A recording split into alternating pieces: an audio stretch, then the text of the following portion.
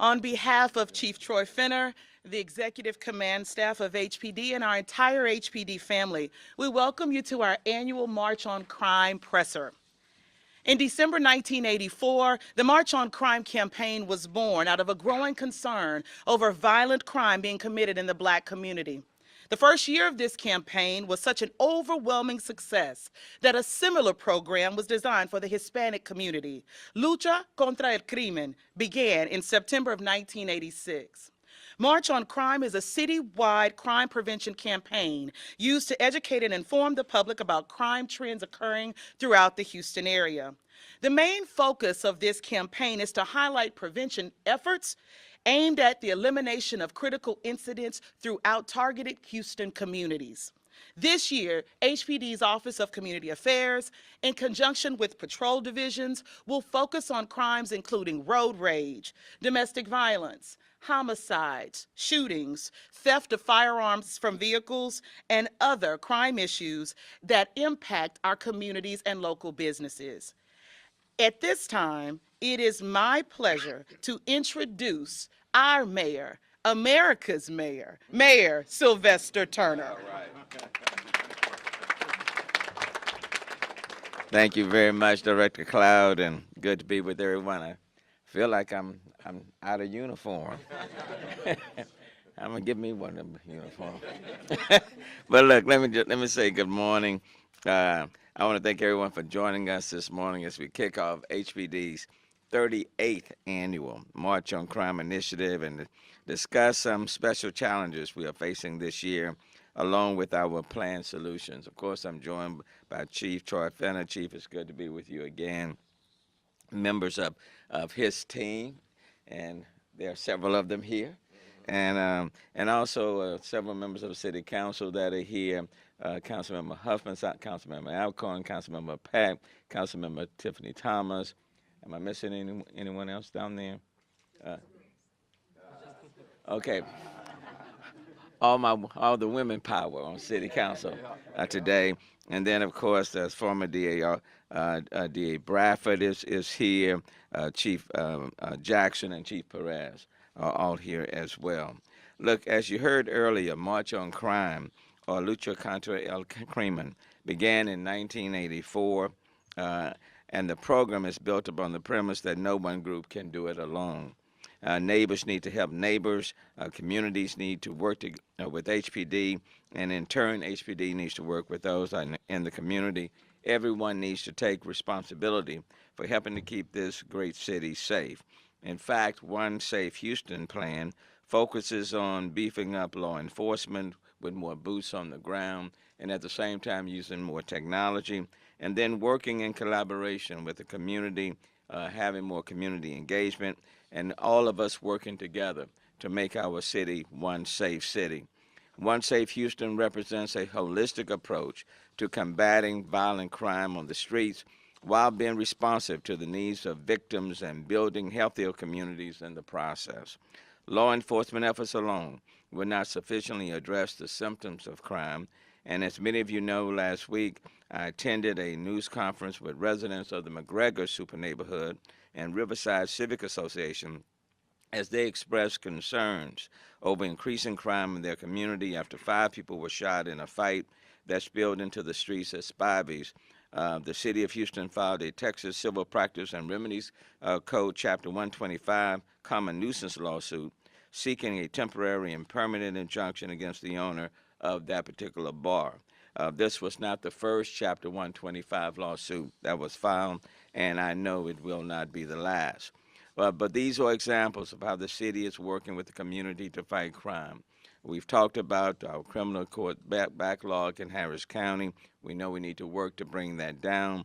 We've talked about our bail bonding system, and I've asked the city attorney to propose an ordinance prohibiting where bail bond companies are charging less than the 10% minimum or allowing a layaway system, allowing violent criminals back on our streets. That ordinance should be presented to city council members this month.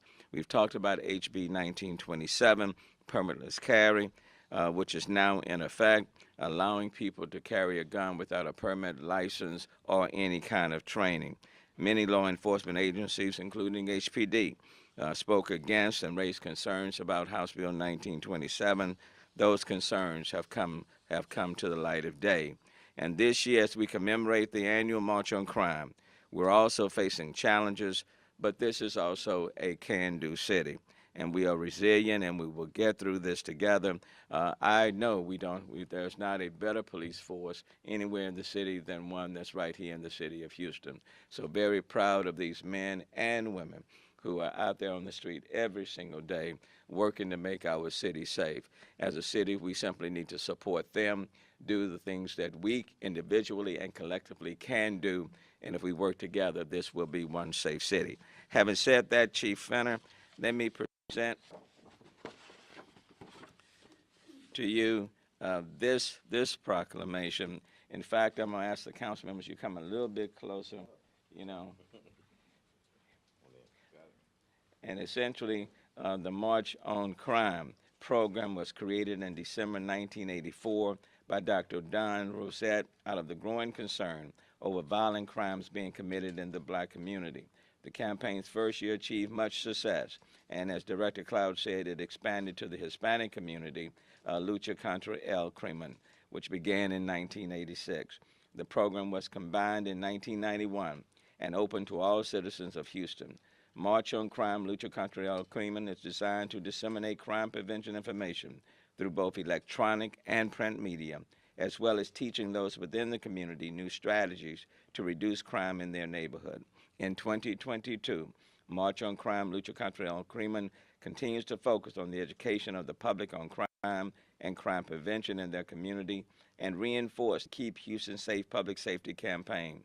Officers throughout Houston reach out to local businesses, schools, and communities to continue crime prevention and the implementation of crime prevention efforts aimed at the elimination of criminal incidents. We are very appreciative to every single law enforcement officer in the city of Houston, and we vow our support to each and every one of them.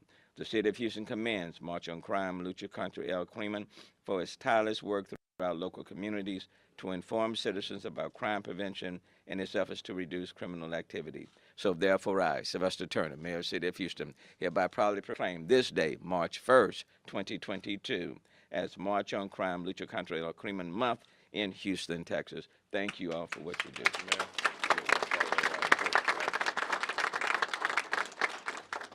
All right. Got it. All right. Thank you. Thank you, Chief.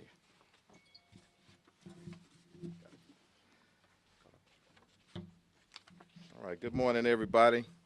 1984, I was a junior in high school, so that's a long time. So look, it just speaks to the spirit of our great city. We can't do anything alone. Just want to thank the mayor for always supporting us, for putting additional officers out on patrol, our city council, the DA's office, our former chief, Chief Bradford, and most importantly, the men and women on the front line. I appreciate you. We appreciate you. The city appreciates you.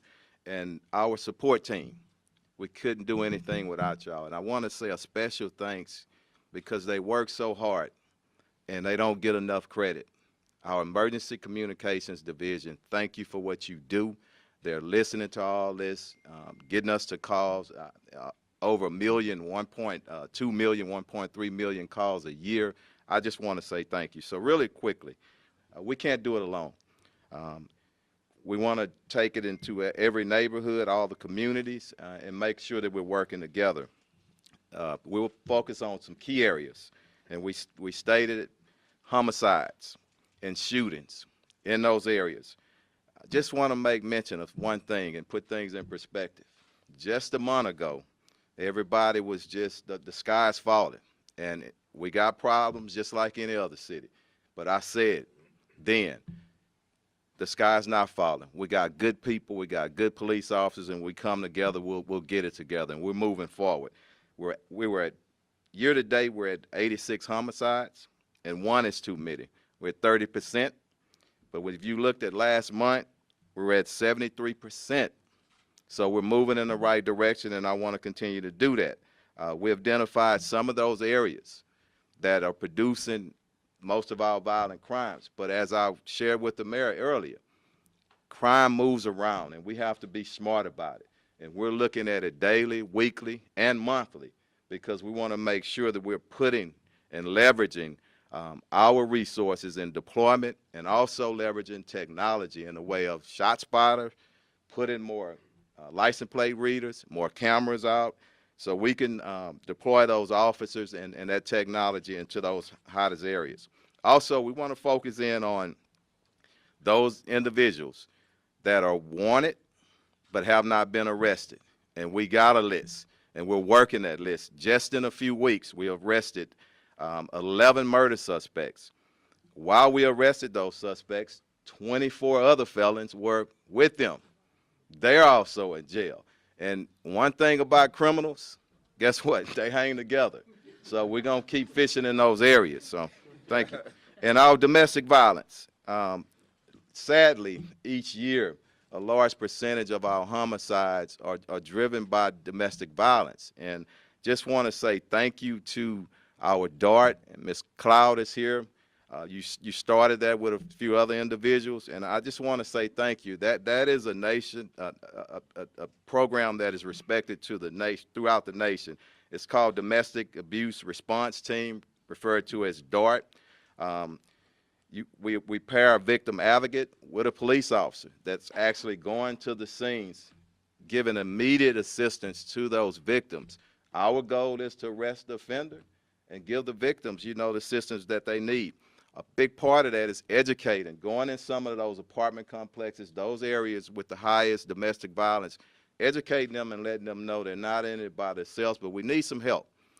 Community members, family members, friends. If you think or you see one of your friends or one of your family members with signs of abuse, say something and stand up so we can get them some help. Guns stolen from vehicles. This is 100% preventable, okay? The best thing that we can do, if you're going to leave your gun in a vehicle, invest in a safe. They're not terribly expensive because the criminals, they're going to look in. If they see something, a bag or something, they're going to break in. That's what they're looking for. Last year, we had over 3,600 guns stolen in our city. Those same guns are used in violent crimes. So we all have to work together on that. I also want to look at the number of guns we seized thus far this year. It's 395 just in the first couple of months. Last year we seized 6,841. So good police work, and we'll continue to do that. Mayor, we also wanted to look at the buyback program that you want us to stand up. We should have that stood up here pretty soon. We're going to be working with our local and our state and federal government to see if we can join together, and sometimes money moves people. So that's what we're going to do. Finally, road rage. It's something that's been in our news, but the fact is the calls for service on road rage, those numbers are going down. Now, I do not want to forget about the victims who have been shot and killed on our roads. We just had a press conference on our little princess, Ashanti Grant. I just want to let the public know. We said it a few weeks ago, and we're going to stand behind it. We will not stop until we get those suspects in custody. But the road rage incidents are going down. But as the police chief, as this police department, and all our other partners, we're going to continue to deploy officers in uniform, in marked units, and also plain clothes because we want our roads safer. Again, citizens, we call to you. Don't become a part of the problem. If somebody cuts you off or they're aggressive, just let them go about their way. Try to get us a license plate, okay? But I just want to thank everybody again, Mayor, City Council, our great citizens, again, our men and women on the front line, our support teams. Thank you for what you do. And the call is just for us to continue to come together, continue to work together to reduce this crime in our great city. And it is a great city, so don't ever forget about that. So thank y'all. And Chief Bradford, if you just want to say a few words, thanks.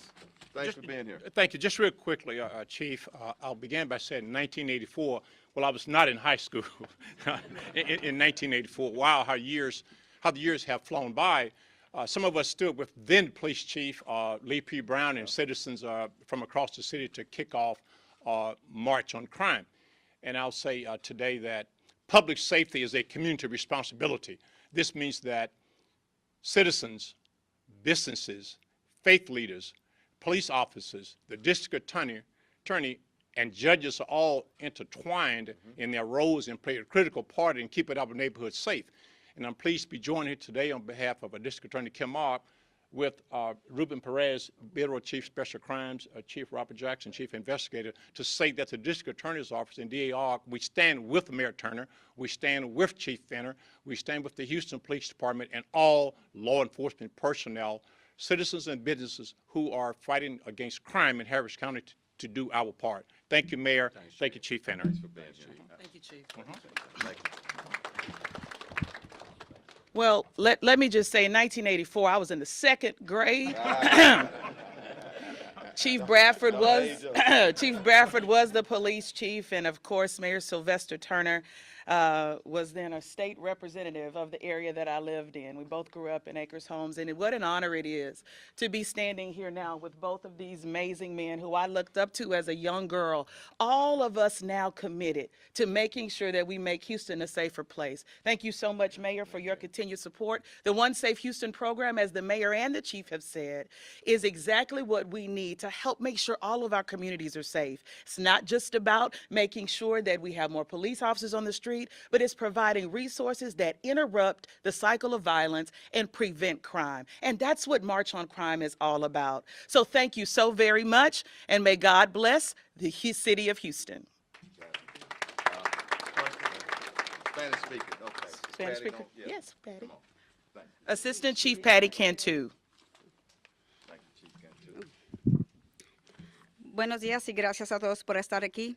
Alcalde, gracias otra vez por su liderazgo aquí en la ciudad de Houston, también con el jefe de policía, Chief Fenner. Aquí tenemos dos personas que nacieron aquí en ese estado que quieren bastante y nosotros estamos bien agradecidos que ellos nos están apoyando a esta ciudad tan linda. Este mes es marzo y este es el mes en la lucha contra el crimen. Nosotros este año siempre estamos juntos, poderosos, pero solamente somos poderosos cuando estemos juntos. Nosotros estamos enfocando en áreas que son parte de la iniciativa del Un Seguro de Houston y en crímenes violentas. En este año, homicidios y los tiroteos, hemos tenido 86 asesinatos este año. Eso es arriba, un poco 36%. Eso es perspectivo. Tiene que contar que el mes pasado estábamos subido con 73%. Nosotros estamos identificando las áreas más violentas y estamos buscando tecnología como el ShotSpotter, que rápidamente cuando hay tiroteos, que nosotros respondemos a esa área para tratar de resolver ese crimen. También estamos siguiendo los ofensores violentos, los que ya tienen cargos, y estamos buscando para arrestarlos inmediatamente. En áreas de violencia doméstica, afortunadamente, eso es un gran % de los asesinatos cada año. Este año solamente hemos respondido a 22,500 por las llamadas. Nuestro querer es para arrestar el que está abusando y a buscar recursos para la persona que está abusada. Nosotros tenemos un equipo que se llama el DART. Responden en cada instante de los instantes domésticos de abuso. Ellos ayudan a obtener recursos para la persona que necesita. Entonces, también queremos decir de las armas. Hay varias personas que tienen las armas y las dejan en el carro. Eso es un gran porcentaje que tenemos que se lo están robando. Si los van a tener en el carro y los quieren cargar, por favor, necesitan invertir en una caja de seguridad en el carro, porque esos armas están usando para los asesinatos, para los robos, para otros crímenes. Eso se puede prevenir un 100%. También estamos trabajando con el alcalde en comprar armas para atrás, eso va a venir bien pronto, ese programa, y vamos a hacer el anuncio bien entre el mes, yo digo, el mes, cuando diga el alcalde, ¿verdad? No quiero hablar bien adelante de él. Y finalmente tenemos también el furia al volante. Por favor, esté paciente. Por favor, no se apuren. Si ven las personas que están manejando bien agresivo, por favor, dele la línea, haz lo que sea, pero también tome la licencia en caso que algo tiene miedo o puede prevenir, pero por favor, con precaución. Otra vez quiero darle las gracias al alcalde, Chief Finner y todos el fiscal que están aquí, todos juntos, los oficiales que trabajan tan duro y estamos trabajando con el seguro de Houston. Entonces nosotros para todas las áreas violentas lo estamos viendo cada semana. Entonces nosotros estamos dando recursos adicionales con personas. 125 es muchas personas, pero solamente nosotros estamos viendo los números donde está ocurriendo el crimen y lo estamos despachando, y también nuestra gente que están despachando las llamadas están todos trabajando bien duro, pero un mensaje que quiero dar a toda la comunidad: nosotros no lo podemos hacer solos y solamente vamos a ser fuertes cuando todos nos juntemos, porque a todos nos está afectando esta violencia. Y para este marzo, no solamente para este marzo, para todos los días del año, que necesitamos estar juntos y seguros para tener nuestras familias, nuestros hijos, para tenerlos seguros, para ser una comunidad, verdad, seguro, pero poderoso. Gracias por su tiempo. Gracias. Thank you. I started, well, questions, there were questions in one. Good? Everybody's happy? Oh, go ahead. Well, for both. Mayor, can you talk to us more about the strategy right now to fight crime, to combat crime? What is the strategy in the field? Well, let me tell you, as we've indicated repeatedly, it's going to require a holistic strategy. We are putting more boots on the ground. There's a cadet class, for example, that will be graduating this coming Thursday. In addition to that, as we ramp up more boots on the ground, we're using the overtime program. We're putting 125 police officers on the streets every day through overtime. That's a cost of about $5.7 million alone. As Chief indicated, we're utilizing more technology, utilizing more cameras, even dealing with road rage. The HIS department and others are already working on being able to get to record the footage, traffic on our streets, roads, interstates. So that is already in progress in terms of finalizing that. The gun buyback program is a very small piece, but it's symbolic. Every gun that we can remove from the street, could possibly a gun that was used in victimizing other persons. So we're working on that front. We've also acknowledged the fact, and Chief Bradford already mentioned, the caseload in Harris County is way too high. So we do need more judges, we do need more staff, we need more venues, all of those things we need. The bail bonding system, you can't work on a layaway plan when you're dealing with people who are committing these crimes. And so we want to hold that to that 10%. So that's very important. The city is investing more money in the Houston Forensics Science Center to expedite that evidence retrieval. So we're working on that point. With respect to the community itself, we continue to work with Crime Stoppers. We're putting in place our Community Messengers program, because we need people out there in the community influencers. So we're doing that. The Cure Violence program, we're investing well over $3 million in that as well. And then we're investing in our criminal reentry program. When people are coming out of TDCJ, they need two things: employment and housing. And so we are ramping up that program. Right now, we're working with about 500, with the additional dollars that'll go up to about 750. And then with respect to our crisis intervention, Chief Finner mentioned about domestic violence. That number has ticked up, and so we need to address that. People on substance abuse, people who are homeless, people who are in crisis. We ask our police officers to do everything. Well, we need to, in a sense, change that paradigm. So we're investing substantially in that. When you put all of those elements together, The cost of the One Safe Houston plan is more than $44 million. Okay, so it takes a holistic approach. But after we've done, and then again, there are too many guns on our streets. House Bill 1927 is not good for anyone. That has nothing to do with the Second Amendment. It has everything to do with when there's no license, no permitting, no training, then even good people can utilize guns, but people are victimized if they are not trained on how to use them. So it requires a holistic approach, and then it requires the community itself to participate. People know who's committing these crimes. They got to provide the information. Everybody has a role to play. So it's a holistic approach, comprehensive, and we believe it's going to bear positive fruit as we move through this year. Can you elaborate more in regards of the topic, the bail bonds? Well, with respect to the bail bond system, generally speaking, most people assume that if let's say if someone is out on a $100,000 bond, that the bail bonds will be charging 10% of that amount, not 1, 2, or 3%, and certainly not putting people on a layaway sort of system. Because quite frankly, if you put people on a layaway sort of system, then where are they going to get the money to pay the bail bondsman? In many cases, they will commit more crime in order to pay that system.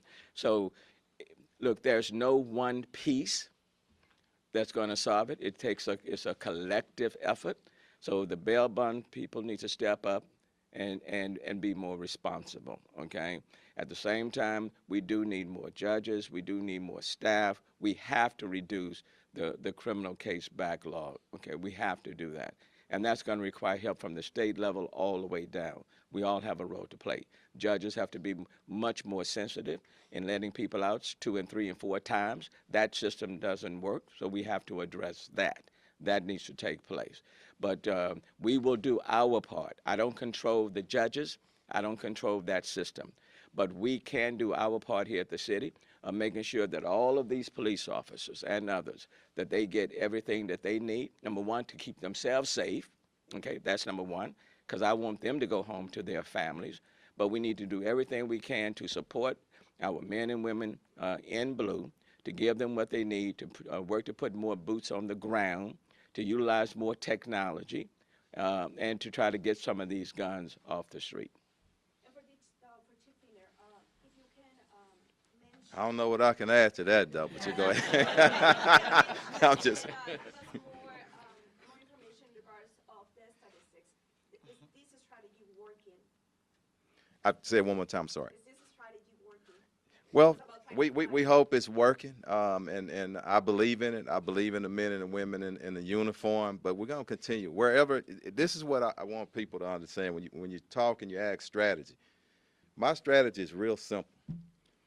You follow those criminals where they are, we identify our worst offenders, and we put their butts in jail. However we can legally do it within our policies and procedures. That is my strategy. I am, and we are an intentional of getting violent criminals off of our streets. Mayor talked about the social services programs that's coming to help us with those low-level, nonviolent people who suffering from mental illness, drug dependency. You got to help those individuals. But I'm not up here talking about that. I'm talking about these violent individuals that's disrupting our city. And I'm telling you, I promise, we're not going to stand by. All of our agencies, the district attorney's office, the U.S. attorneys, all of our federal partners, our local partners, we're going to stand strong, and we're going to get them. So, and that's it. And if I can just add, it's zero tolerance when it comes to crime. Okay, it is important for us to work with all of our law enforcement agencies on the federal, state, and local level, and we'll do that. But it is zero tolerance, and hopefully people will understand that. But if if everybody works together and do their part, if the city of Houston, if we do our part, if the county, pleased to see Chief Bradford here, he's quite familiar with the city and now with the county. But if we all work together on that end, then I believe you're going to see some immediate results. Yeah, I'm sorry. I know that you and your office brought a lawsuit against Spivey's last week. Going forward, how will residents be able to reach out to your office in terms of, reporting problem businesses within their neighborhood? Well, they certainly can reach out, but I would tell you Chief Fenner and HPD have been doing an excellent job in providing us with information. Chapter 125 lawsuit against Bobby was not the first. We filed already, the legal department of 125, Chapter 125, against another convenience store on the northeast side of town where there was repeated acts of violence taking place at those premises. And so we'll continue to do that. Basically, what we would like to, there are many businesses who are doing a fine job. Okay, let me draw a distinction between those who are doing a fine job, who are protecting their patrons, those who are visiting, and so I applaud them. But there are some businesses who have gotten very, very lax and who are not stepping up, and they know who's coming to their establishments. Okay, they know that, and so they need to step up or they need to step out. Okay, you either step up or you step out. So we're moving forward on that. There will be another ordinance that will be coming to City Council that will require certain businesses to have cameras outwardly facing that will assist law enforcement where there are crimes committed, that they can go back and get that footage. So that proposed ordinance will also be going before City Council in this particular month. But for those businesses that are harboring criminals, that are allowing them, for example, to set up at their convenience stores, and they're not going in there to buy bread, okay? But where crime is being committed, those stores, those convenience, those bars, those clubs, we are taking a very hard line position as it relates to them, okay? So everybody has to have some skin in the game. People are scared, and rightfully so. And they are demanding that we be very definitive and very aggressive in our actions. And I hope the public will be understanding and sensitive to that. But we don't want 2022 to be a year that goes where 9-year-old kids are being victimized and they're losing their lives. And quite frankly, when you start touching our babies, then you've gone way too far. And so the position as it relates to the city will be zero tolerance, and we'll give law enforcement everything that they need. We'll also work with the people out in the community and inviting them in. But this situation cannot continue. Okay? I have a few questions. As far as the March on Crime, what happens next with those initiatives as far as educating the public? I'll take that. Where do we go from there? Yeah. One of the things that we're going to be doing in the Office of Community Affairs, we, for example, have brochures that we're able to hand out, and we're going to be going into our various communities, working with our DRT and our community service officers. We're also going to be reaching out to our council members, respective communities, to help find out where we need to go, especially where those particular crimes are high. We're using a very data-driven approach, but that engages all of our residents and really brings police officers in the communities together in a way that's educational but supportive, and so we can really start building relationships. And Michael, we're gonna need No. we're gonna need the media's help as well. So when we put these programs out and whatnot, please help us in getting information out because it's all about informing people and making it safe for Houston. And now on the front of One Safe Houston, I just wanted to check on the status of a couple of things that were announced during that news conference in early February. Mayor Turner, you had talked about an ordinance that you guys were going to maybe have the city attorney draft on the Yes. bail bond system. Yes. Where does that stand? They are finishing up the final touches. It will be presented to the members of City Council this month. And then the 125 officers who are supposed to be working overtime every day, where do we stand on that? We're standing pretty good on it, and when you are putting 125, sometimes people call in sick or whatnot, but I'm feeling really good about the officers that's out there right now. So, yeah. Any other questions? In terms of the road rage incidents, how do you guys keep track of those things and when they're called in? I know specifically, prosecutors have to look back and see if those things fit road rage criteria. How do you guys Well, go about thanks for asking that question because sometimes it may appear to be a road rage on the front end, but at the back end, when we do the investigation, sometimes it's criminals targeting each other while they're driving on the road. That's not road rage. That's a targeted event, and we do want to differentiate. but sometimes it comes after the actual investigation. So, good question. All right. And just on a factual basis, in 1984, I was in pre-K. Just wanted to say that. And on that, Willie. Thank you, everybody. Have a good day.